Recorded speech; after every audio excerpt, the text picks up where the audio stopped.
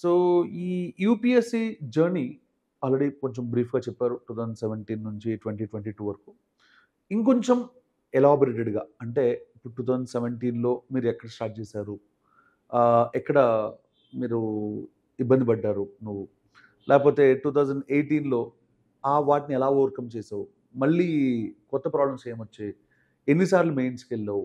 ఎన్ని సార్లు ఇంటర్వ్యూస్‌కెళ్ళావు? Etcetera, etcetera. మా ప్రేక్షకుల కోసం కొంచెం. సో నేను యాక్చువల్‌గా నాకు 2017లో స్టార్ట్ చేస్తున్నప్పుడు నా వయసు 26 సంవత్సరాలు. సో కరెక్ట్‌గా లెక్క పెట్టుకుంటే 2022కి వచ్చేసరికి నాకు వయసు 32 దాటిపోతుంది. 6 అటెంప్ట్సే ఉన్నాయన్నమాట. సో నేను 17 అటెంప్ట్ ఇచ్చినా ఇవ్వకపోయినా నాకు అటెంప్ట్ వేస్ట్ అయిపోతుంది. సో ఒక 1 మంత్, 1.5 మంత్ ప్రిపరేషన్‌తో నేను 2017 అటెంప్ట్ ఇచ్చాను. సో అప్పటికి సీసాటే మెయిన్ పేపర్ కాదు, జీఎస్ అని ఒక మెయిన్ పేపర్ కూడా ఉంటుందని తెలుసుకొని ఆ 1.5 నెల జీఎస్ మెయిన్ పేపర్ కోసం కష్టపడి చదివాను. సో నాకు జీఎస్లో 65 మార్కుల దాకా వచ్చినట్టు గుర్తు. సీసాట్లో మాత్రం 100+ క్రాస్ అయ్యాయి.